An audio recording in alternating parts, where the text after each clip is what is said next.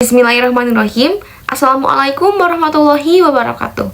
Sebelumnya, izin memperkenalkan diri. Nama saya Mutiara Sri Fauzani.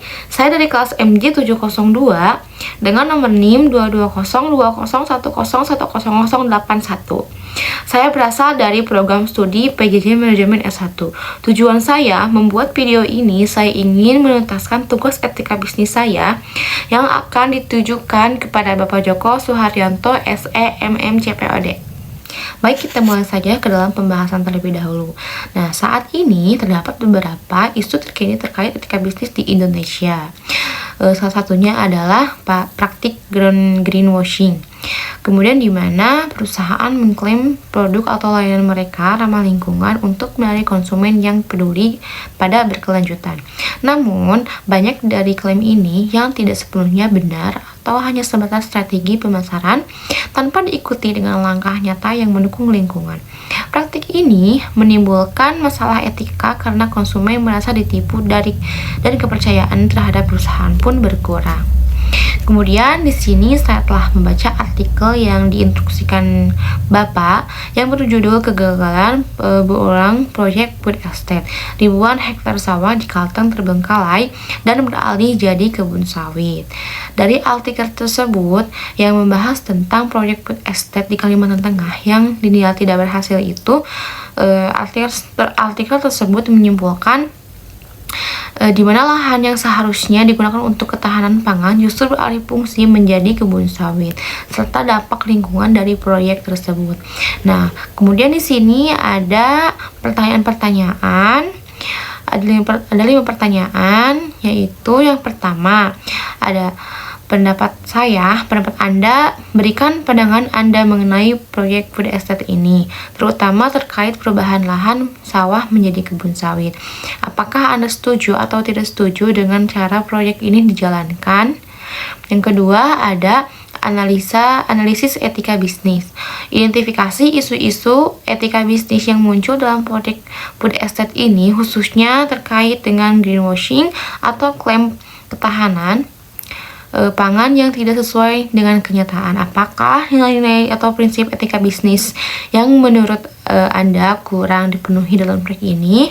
Kemudian pertanyaan ketiga, rekomendasi penyesuaian. Berikan saran konkret untuk pemerintah atau pihak terkait agar proyek ini bisa lebih bertanggung jawab secara etika dan lingkungan. Apa langkah-langkah yang bisa dilakukan untuk memastikan proyek ini sesuai dengan tujuan awal, yaitu ketahanan pangan dan bukan sekedar proyek yang untuk lahan perkebunan sawit.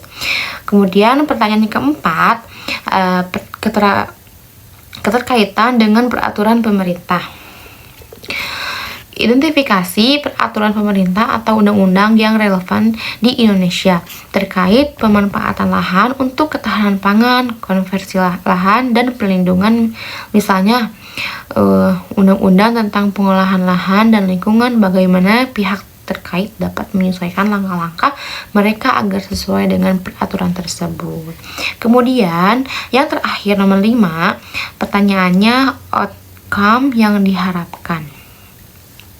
Jelaskan outcome atau hasil yang Anda harapkan jika proyek ini diatur dengan lebih baik dan sesuai dengan etika bisnis serta peraturan yang berlaku. Bagaimana dampaknya pada ketahanan pangan, keberlanjutan lingkungan, dan kepercayaan masyarakat terhadap proyek pemerintah. Baik, di slide selanjutnya saya akan menjawab semua pertanyaan yang Bapak berikan. Jawaban nomor 1, pendapat saya tidak sepenuhnya setuju dengan cara proyek food estate dijalankan, terutama terkait perubahan lahan sawah menjadi kebun sawit. Proyek ini seharusnya fokus pada ketahanan pangan, namun kenyataannya lahan yang direncanakan untuk meningkatkan produksi pangan justru dialihkan untuk perkebunan sawit yang lebih menguntungkan dalam jangka pendek. Hal ini bertentangan dengan tujuan awal proyek yang ingin menciptakan ketahanan pangan di Indonesia. Alih fungsi lahan ini dapat menyebabkan penurunan produksi pangan lokal, mengancam keberlanjutan lingkungan, serta merugikan petani lokal yang harusnya mendapatkan manfaat dari program ini. Kemudian jawaban nomor 2 yaitu proyek ini menghakimi bertujuan untuk ketahanan pangan dan berkelanjutan lingkungan.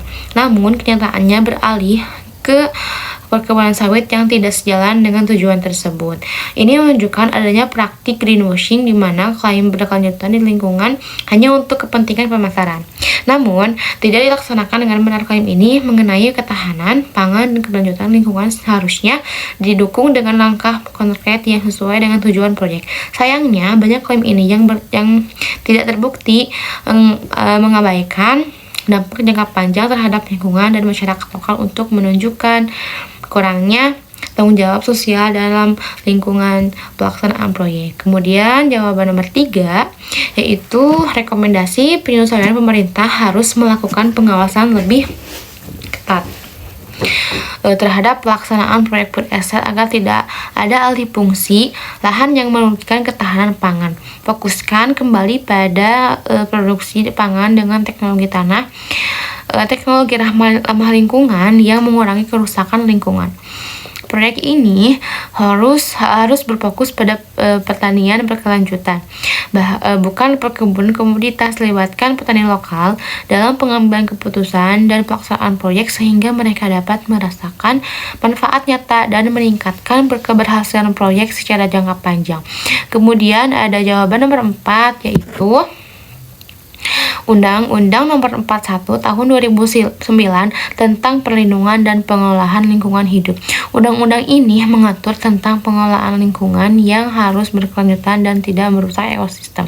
Undang-Undang Nomor 5 Tahun 1967 tentang konservasi sumber daya alam hayati dan ekosistemnya.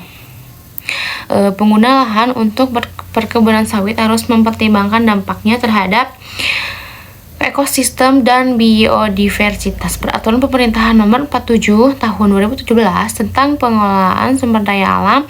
Peraturan ini mengatur pemanfaatan lahan untuk ketahanan pangan dan tidak dapat digunakan untuk kepentingan lain yang merugikan keberlanjutan lingkungan. Pemerintah harus menyesuaikan kebijakan dan rencana penggunaan lahan untuk memastikan proyek ini sesuai dengan peraturan yang ada dan tidak merugikan lingkungan atau masyarakat lokal.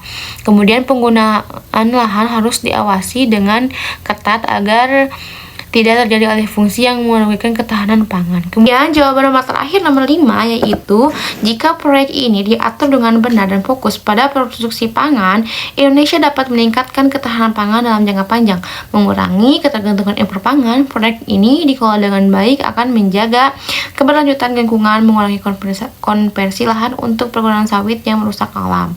Jika pemerintah dapat menunjukkan komitmen terhadap keberlanjutan dan ketahanan pangan, maka kepercayaan masyarakat terhadap proyek ini akan meningkatkan. Kepercayaan ini akan mendukung pencapaian tujuan sosial dan ekonomi dari proyek tersebut.